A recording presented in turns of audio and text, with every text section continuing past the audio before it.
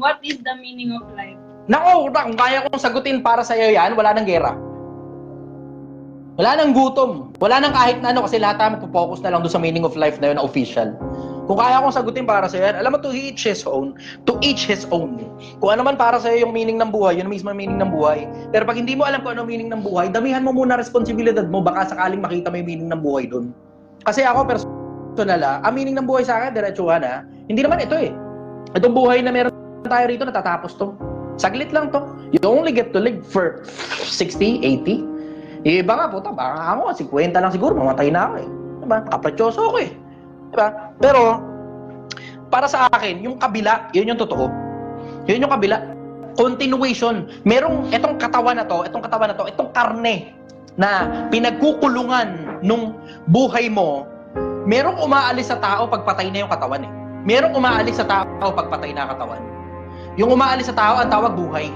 Kung saan pumupunta yung buhay na yun, hindi ko alam. Pero isang bagay ang sigurado ko, kung saan man pumupunta yun, mas importante yung pinupuntahan nun kaysa dito.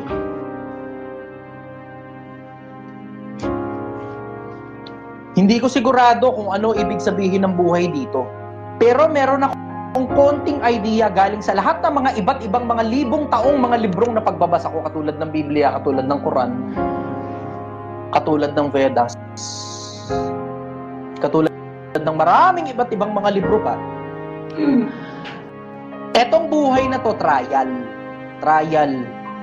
Kasi merong mas mahabang nandun sa kabila. Sa mga hindi naniniwala sa Diyos, just be practical here. Maiintindihan mo. Be practical.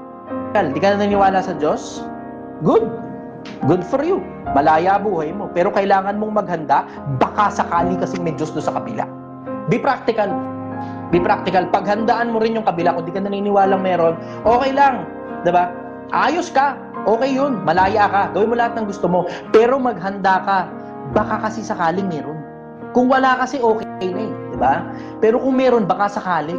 Magbaka sakali ka. Never be too sure of anything. Always keep your guard up. In everything you do, guard your heart.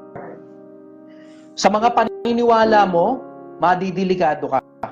At sa mga paniniwala mo rin, matatatag ka. Mas maigi nang matatag ka sa paniniwalang baka sakaling medyo sa kabila. Tapos, maiintindihan mong dapat mag-invest ka dun. Hindi dami ng pera. Kasi ako, diretsahan na, I personally have attained happiness sa konting pera na meron ako. Meron akong pagkain, meron akong bubong sa ibabaw ng ulo ko, meron akong travel paminsan-minsan, every now and then, isa, dalawa, minsan tatlo, minsan apat na beses sa isang taon.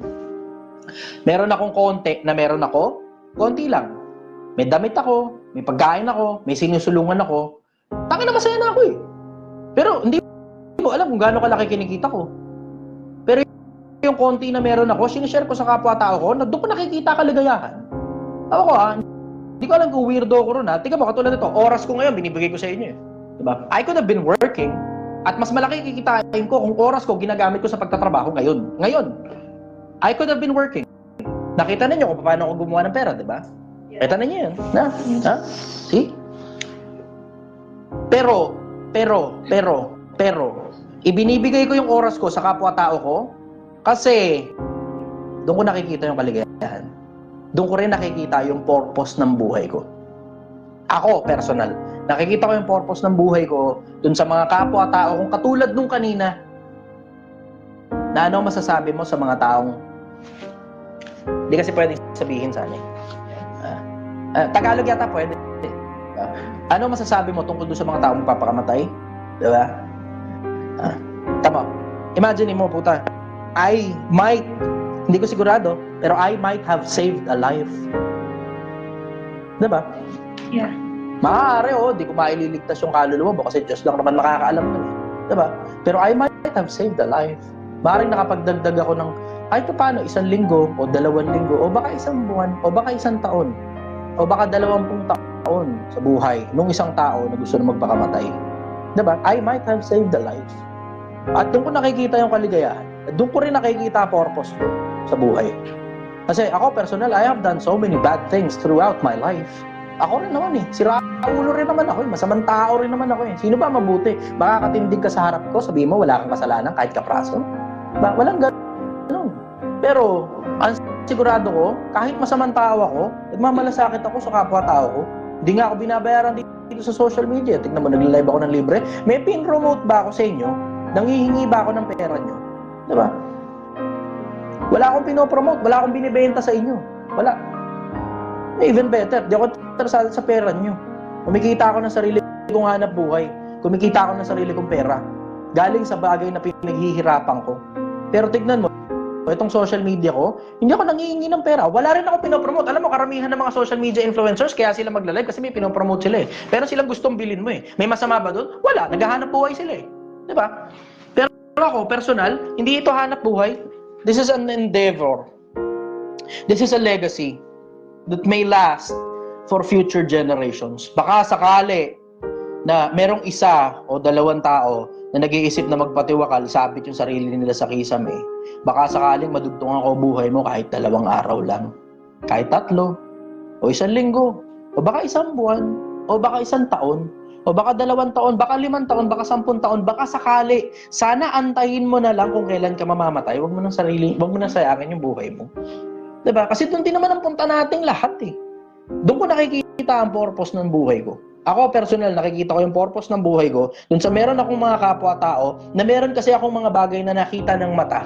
Meron akong mga bagay na narinig ng tainga. Meron akong mga bagay na pumasok sa puso ko, pumasok sa isip ko, galing sa iba't ibang mga tao at sa iba't ibang mga librong na pagbabasa ko.